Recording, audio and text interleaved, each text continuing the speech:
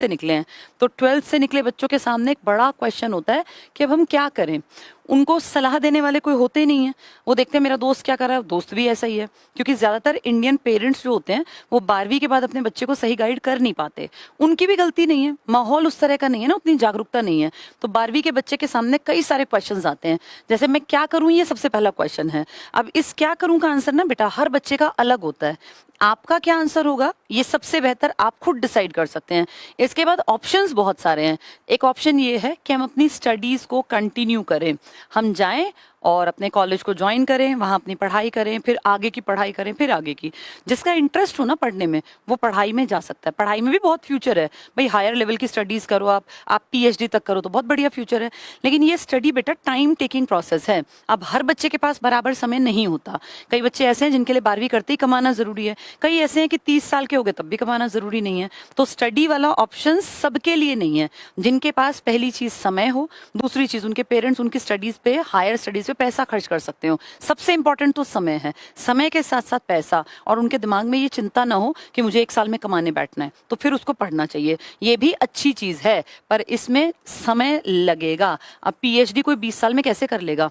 20 साल में तो जाके ग्रेजुएशन भी कई होंगे तो 21-22 में होती है, फिर पीजी करना, फिर पीएचडी। तो आप ये मान के चलो अगर आप स्टडी वाला रास्ता पकड़ोगे तो कम से कम आपको अपने आप को ये समझाना पड़ेगा कि मैं 27 से 30 साल तो मुझे अपनी उम्र के देने पड़ेंगे जब तक मेरी उम्र 27 होगी। क्योंकि 26, 27, 28 का अमूमन हर बच्चा जो लगातार पढ़ता है ना वो भी हो जाता है। फिर उसके बाद हम सोचेंगे कि हम किस क्षेत्र में जाएं, कैसे पैसा कमाएं, क्योंकि लाइफ में पैसा कमाना तो फाइनली करना ही पड़ेगा ना। एक ऑप्शन ये हो सकता है, ये समय भी मांगेगा और पैसा भी। अगर ये आपके पास है, आप लकी हैं तो अच्छी चीज है। दूसरा ऑप्शन हो सकता है अगर हालात बहुत खराब हैं तो तुरंत से जॉब करनी पड़ जाए। किसी लड़के के फादर एक्सपायर हो गए, घर में खाने कमाने का जरिया नहीं है भाई, नहीं है पीछे बैक पे कोई पैसा, तो हो सकता है उसको 12वीं भी मुश्किल करे, कमाने निकलना पड़े, जॉब की कोशिश। लेकिन बेटा 12वीं पास के लिए जॉब के ऑप्शंस बहुत ज्यादा नहीं है। क्या करेगा कोई 12वीं पास करके? स्किल तो आती नहीं, इंडिया में 12वीं तक कोई स्किल तो सीखी नहीं जाती। उस कंडीशन में जॉब मिलेगी कोई प्राइवेट, और उसमें बहुत ज्यादा पैसे की उम्मीद मत करना, क्योंकि अगर आपके अंदर स्किल नहीं है, आपकी क्वालिफिकेशन उतनी हाई लेवल की नहीं है, तो कोई भी प्राइवेट वाला आपको 8,000, 10,000, 12,000 से ज्यादा नहीं देगा। और फिर वो आपको बहुत ज्यादा सिखाने में भी इंटरेस्ट नहीं लेगा, जल्दी जल्दी आपको नौकरियां चेंज करनी पड़ेंगी। तो इसमें ये मजबूरी हो तो करनी पड़ती है, अदरवाइज अगर पीछे ठीक ठाक काम है तो ये 12वीं के बाद कम से कम नहीं भागना चाहिए, अगर ठीक ठाक सा काम है तो। तीसरा ऑप्शन हो सकता है हम गवर्नमेंट जॉब की तैयारी कर लें। वो आफ्टर 12th भी हो सकता है, आफ्टर ग्रेजुएशन भी, आफ्टर पीजी भी, वो तो डिपेंड करता है किसके घर के हालात कैसे हैं। ये एक एवरेज, लोअर एवरेज से भी नीचे लोअर मिडिल क्लास के लिए सबसे बेस्ट है। और मैं इसलिए ऐसा कह रही हूँ क्योंकि बेटा मैंने इस चीज को देखा है, मैंने लाइफ में इस चीज को अपने सामने अपनी लाइफ में देखा है। सबसे आसान तरीका है किसी भी मध्यम वर्ग में भी, निचले मध्यम वर्गीय, मध्यम वर्ग पता है आजकल किसे कहते हैं? जिसके पास एक बढ़िया ठीक ठाक सा घर हो, 4-5 कमरे का, बढ़िया घर में गाड़ी हो, बंधी हुई बढ़िया कहीं से कमाई आती हो कि भाई 1,00,000-1.5 लाख का कामकाज है, उसे हम कहते हैं मध्यम वर्ग है। मध्यम वर्ग का मायने आज बदल गए हैं। पहले मध्यम वर्ग जब हम छोटे थे ना तो घर में बस पेट भर जाए, एक छत हो सर पे और घर में साइकिल खड़ी हो तो भी मिडिल क्लास थे। आज मिडिल क्लास ये नहीं कहलाता, आज तो मिडिल क्लास में भी पैरामीटर्स थोड़े अपग्रेड हो गए हैं। तो जो लोअर मिडिल क्लास है ना उसके लिए सबसे बढ़िया है बेटा गवर्नमेंट जॉब, जिसके पिताजी खेती करते हैं, मजदूरी करते हैं, छोटी मोटी दुकान है, कहीं छोटा काम धंधा करते हैं, ड्राइवर हैं, कहीं पे कारपेंटरी का काम करते हैं, या कोई छोटी मोटी नौकरी में, चाहे सरकारी में भी छोटे लेवल पर कि बहुत ज्यादा पैसा नहीं है, तब ये बेस्ट है। लेकिन ये एक चीज की डिमांड करती है और उस चीज का कोई पर्याय नहीं है, मेहनत की। बहुत ज्यादा मेहनत करनी पड़ेगी। आजकल तो इसमें भी 1-2 साल मान के चलना कम से कम लगेगा, क्योंकि बच्चे बहुत ज्यादा जागरूक हैं। ऐसा नहीं होता कि आप फॉर्म भरेंगे 2 महीने में आपका पेपर होगा, आप पास हो जाएंगे, नहीं। आप जितने नंबर लाएंगे ना, जो 2 साल से पढ़ रहा है वो आपसे काफी ज्यादा आगे होगा। तो इसलिए कंपटीशन बढ़ गया। पहले 100 में से ना 60-65 लाने वाले की नौकरी पक्की थी। आज 100 में से आप लिस्ट देखो 80, 82, 85, 87 तक जाती है। कारण पढ़ने वालों की तादाद बहुत बढ़ गई पिछले कुछ सालों में। ठीक है।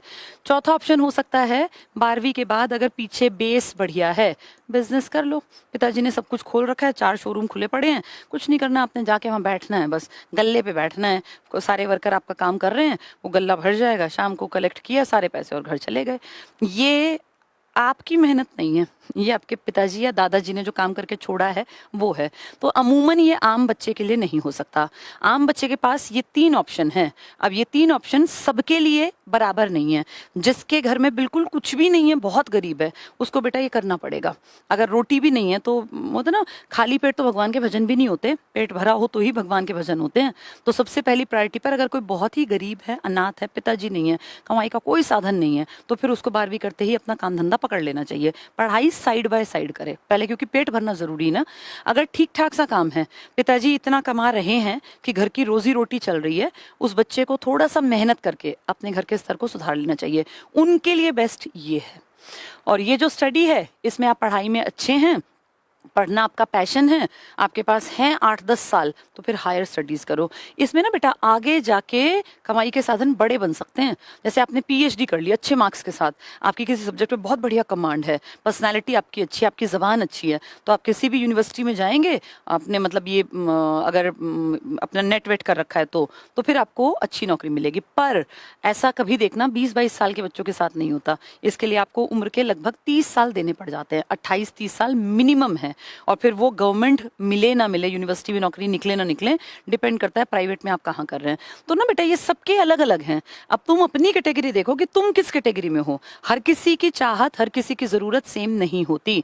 मुझे ऐसा लगता है एवरेज एक बच्चा सबसे बढ़िया जो एवरेज परिवार के लिए है वो ये है। और ऐसा मैं इसलिए कह रही हूँ क्योंकि मैंने खुद यही रास्ता चुना। अगर मैं दूसरा चुनती तो मैं शायद उसको बेहतर बता पाती।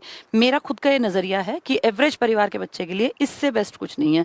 इसमें तुम्हारी सबसे इंपॉर्टेंट चीज जो तुम्हें करनी है, पिताजी का इसमें उतना पैसा नहीं लगना, लेकिन मेहनत तुम्हारी लगेगी। तो बहुत ज्यादा मेहनत करने के लिए अगर तुम तैयार हो, बहुत ज्यादा शब्द इसलिए बेटा क्योंकि आजकल कॉम्पिटिशन बढ़ गया और लगातार मेहनत करनी है। एक इंपॉर्टेंट चीज है लगातार। जो बच्चे ये सोचते हैं ना कि 4 दिन मेहनत करेंगे, 2 दिन फिर मौज मारेंगे, फिर 2 दिन पढ़ लेंगे, फिर 4 दिन ऐसे नहीं होगा। ये लगातार है, लगातार रोज पढ़ना है। मुझे 4-6 घंटे पढ़ना है रोज रोज रोज। तो आप सोचो धीरे धीरे हमारी नॉलेज का लेवल बढ़ता जाएगा, बढ़ता जाएगा, बढ़ता जाएगा। फिर एक ऐसा स्तर आएगा जब हमें मैक्सिमम चीजें आ जाएंगी। सब कुछ कभी किसी को नहीं आता, मुझे भी नहीं आता, किसी को आ ही नहीं सकता। बहुत सारा ज्ञान है जो हमने आज तक सुना भी नहीं है, पढ़ना तो बहुत दूर की बात है। लेकिन बेटा इतना जरूर कर लेना चाहिए कि एक अदद नौकरी मिल जाए। एक बार नौकरी मिल जाए, नौकरी में आप आ गए, फिर अपना आगे बढ़ते रहो। ठीक है, तो अब आपके लिए क्या ठीक है वो आपको देखना है। आईसीएस कोचिंग सेंटर में हम लोग, एक एप्लीकेशन है हमारा इसी नाम से, आईसीएस कोचिंग सेंटर ऐप। इस ऐप पर ये सारी क्लासेस लगती हैं जो किसी भी कॉम्पिटिटिव एग्जाम के लिए ज़रूरी हैं।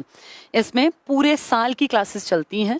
3000 रुपीज़ में फुल ईयर की सारी क्लासेस, सभी कोर्सेज इसमें कंप्लीट हो जाते हैं। इसमें मैथ्स भी है, रीजनिंग भी है, कंप्यूटर भी है, इंग्लिश भी है, हिंदी भी है, साइंस भी है, एसएसटी भी है, जीके भी है, सब कुछ है।